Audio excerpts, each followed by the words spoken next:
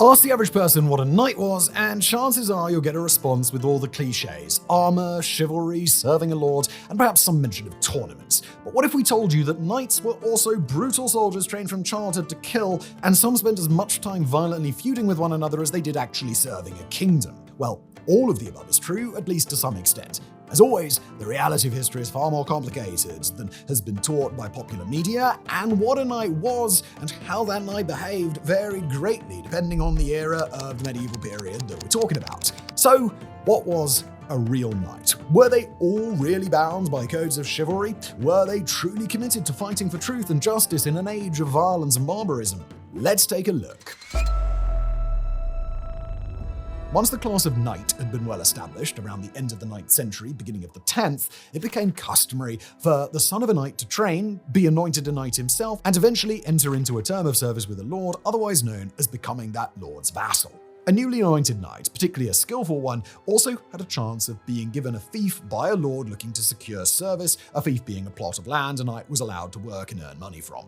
But what tends to get overlooked is that a knight's value originally came from being an elite military unit. Knights were simply heavy cavalrymen, with the term knight itself being nothing more than a military denotion. This would change as the medieval period progressed, but we'll get into that later. For now, keep in mind that it was the most professional, fiercest knights that were sought out by lords, meaning that relentless training was a necessity. The son of a knight was expected to train from the age of 7 through to the age of 21, and you can bet that elite medieval military standards were ruthless. At age 7, the boy was sent off to the lord of the land's household, given the title of page, and immediately thrust into a heavy fitness regime. It wasn't all physical though, with the page also expected to excel in basic academic studies, including the code of chivalry.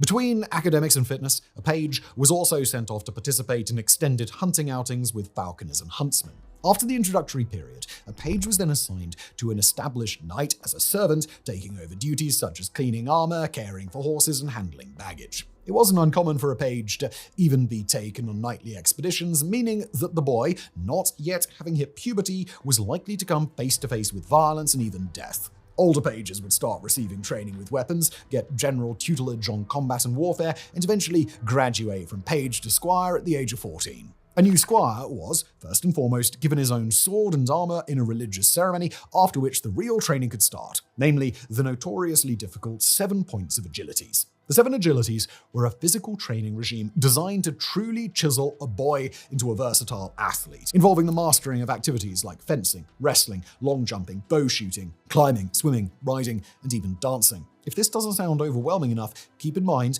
that all of the above had to be done while wearing full armor. At some point during all of this, a squire would also have to be desensitized to violence in accordance with his future job. As such, squires, still just teenagers, were sometimes required to systematically slaughter livestock with a sword, most commonly pigs.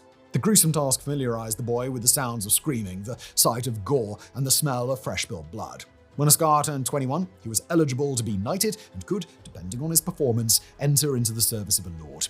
The goal always was to be awarded a fief, but only a few of the squires ever caught the attention of particularly wealthy lords. Knighting usually happens on Easter or Christmas, and in an elaborate ceremony, the squire swore an oath to a lord who would in turn touch a sword to each of the squire's shoulders. Now, all this talk of brutal training regimes and children being chiseled into fighters may be a bit surprising. Wasn't there an age of chivalry? Weren't knights brave, courteous men that defended the weak, stood for justice, and treated ladies with respect? As it turns out, how knights behaved and whether a true age of chivalry ever really existed is a highly speculative topic. Our modern perception of knights comes predominantly from Renaissance-era books like Le Morte d'Arthur, The Death of Arthur, which worshipped the dignified King Arthur and his valorous knights of the Round Table. But the content of such books was drawn from chivalric romances rather than historical records, so it's perhaps best to say that The Death of Arthur was as accurate in depicting knights as dime store westerns were in depicting cowboys. This isn't to say there wasn't a code of chivalry, because there certainly was. In that regard, however, it's important to understand the intention of the code and appreciate that it changed dramatically throughout the medieval period. Going way back, the words chivalry and cavalry have a very close relationship. Chivalry comes from the Old French term chevalier, which roughly translates to horse soldier. The earliest true knights, anointed under the Frankish king Charlemagne between 768 and 774, were nothing more than elite cavalrymen. Charlemagne rewarded his fiercest cavalrymen with land as a means to secure their loyalty, and in doing so, a new warrior class was created, destined to become wealthy and influential in their own right. And the key here is that the elite cavalrymen were given a code of conduct to aspire to, which in the early days simply involved following orders and performing professionally. But as the reverence and prestige heaped upon cavalrymen grew, so the code of cavalry also evolved, soon including additions like how to behave towards lower-ranking soldiers. Time passed, and the warrior class of knights grew ever wealthier and more influential, so it wasn't long before the sons of knights, the pages, and the squires we were just talking about were taught how to act in the presence of a lord and other nobles, as well as how to treat noble ladies and lower social classes. Historian Léon Gautier, in his 1884 book Le Chivalry, summed up the chivalric code with key points, including: "Thou shalt defend the church and believe all that it teaches. Thou shalt respect the weak and defend them. Thou shalt not recoil before thine enemy. Thou shalt never lie and always be true to thine word. Thou shalt be generous. Thou shalt be the champion of the right and the good." Now, to be clear, no such list ever existed in the medieval period. Gautier took information from multiple medieval and Renaissance texts and boiled them down into what he felt were the key chivalric aspirations. More to the point, and much more controversially, it's also very debatable as to whether knights paid any attention to these teachings at all, or at least as to whether they observed the code of chivalry when not in the presence of nobles that could hold them accountable for their behavior. The idea that there was ever an age of chivalry at all, generally said to be the 11th and 12th centuries, has also been called into question, notably by late 1700s Swiss historian and economist Jean-Charles Léonard de Sismondi. Sismondi argued that the age of chivalry exists only due to the romanticized writings of the Renaissance era, saying, "The more closely we look into history, the more clearly shall we perceive that the system of chivalry is an invention almost entirely poetical. It is impossible to distinguish the countries in which it is said to have prevailed. It is always represented as distant from us both in time and place, and whilst the contemporary historians give us a clear, detailed, and complete account of the vices of the court and the great, of the ferocity or corruption of the nobles, and of the civility of the people, we are astonished to find the poets, after a long lapse of time, adorning the very same ages with the most splendid fictions of grace, virtue, and loyalty." You're probably familiar with the legendary tourneys, or tournaments, that were regularly held throughout much of the medieval period. Tourneys were, as is often depicted in the movies, highly popular, potentially very lucrative spectator sports that pitted knight against knight. The events included free-for-all battles where the last knight standing won, or most famously, the jousting duels that saw men flung from their horses. Losing knights were required to give up their horse to the winner, and adding insult to injury, they also had to pay a ransom to the winner for sparing their life. As you can imagine, violent feuds were a common highlight of these events, and getting killed by a rival, either over the course of the tourney or as an act of revenge, was fairly common. The petty violence that characterized later tourneys wasn't, of course, the original intent. The sport had originally been introduced in the mid-1100s as a way for knights to demonstrate their skills to prospective lords and to keep fighting wits sharp for the ongoing crusades. But the social role of knights was already changing, and as the knight and nobility classes became increasingly intertwined, trivial infighting became ever more frequent.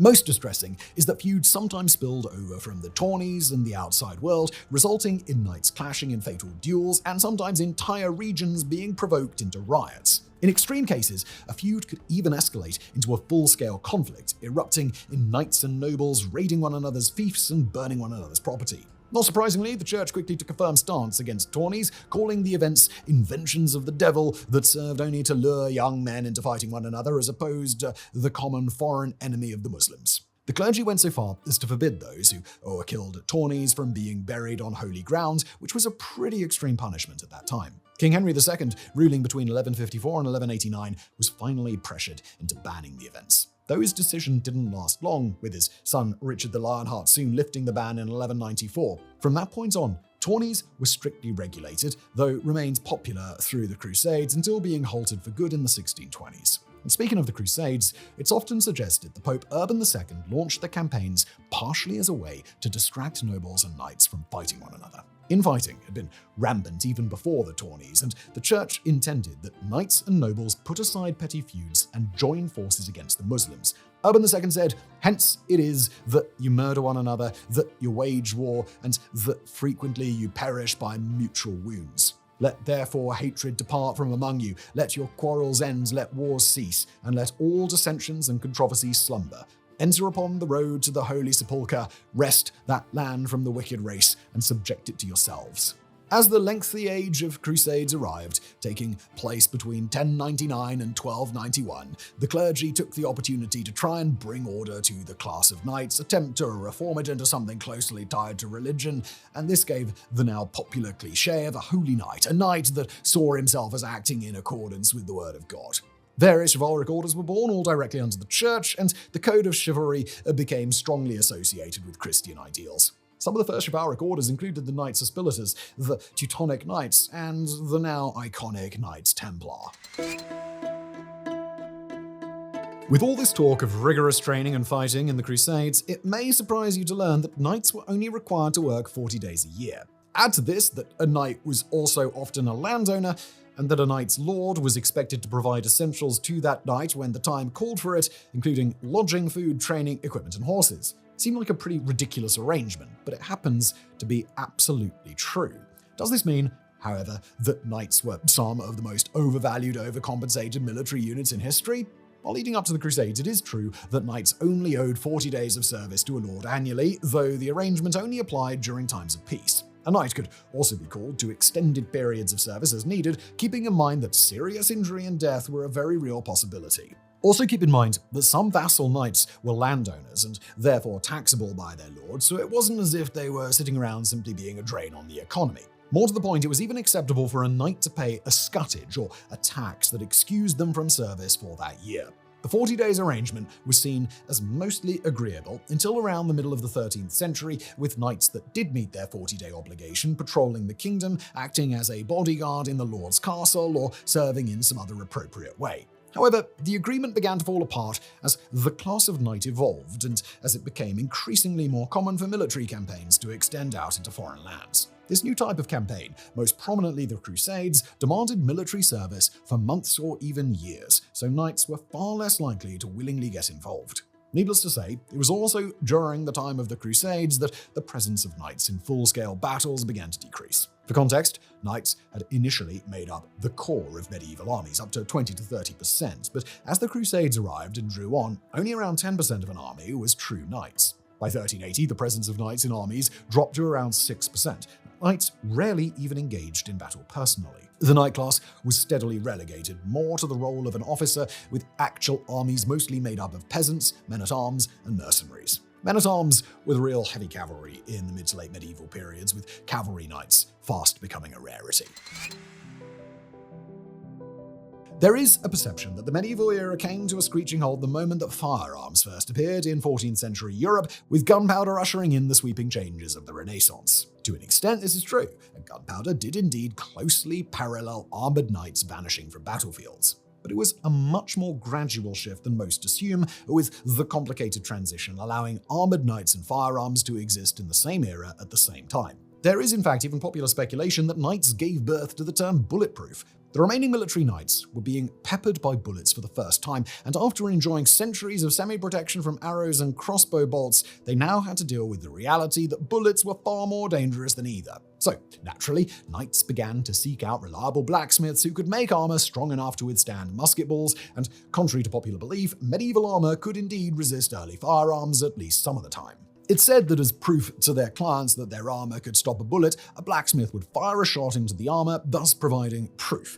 This ritual supposedly became so common that armor on display today, showing distinctive dimples, is pointed at as a leftover from a blacksmith firing a bulletproof shot into the chest plate. Some historians dispute the bulletproof story, but either way, the real point is that armored knights and firearms coexisted. So if it wasn't gunpowder that officially made knights obsolete, what was it that transitioned the world from medieval warfare into the next era? Well, as we've already alluded to, by the time firearms became common, traditional warrior knights barely existed. The term knight had become more an indication of social standing over the course of the 12th century, referring to a noble or landholder rather than a military unit. To try and make sense of these social changes, a distinction began to be drawn between military gregari, a non-noble cavalryman, and milits nobiles, or true knights. The late 12th century also saw the knight and noble classes officially merge, further diluting the true warrior into a measure of status.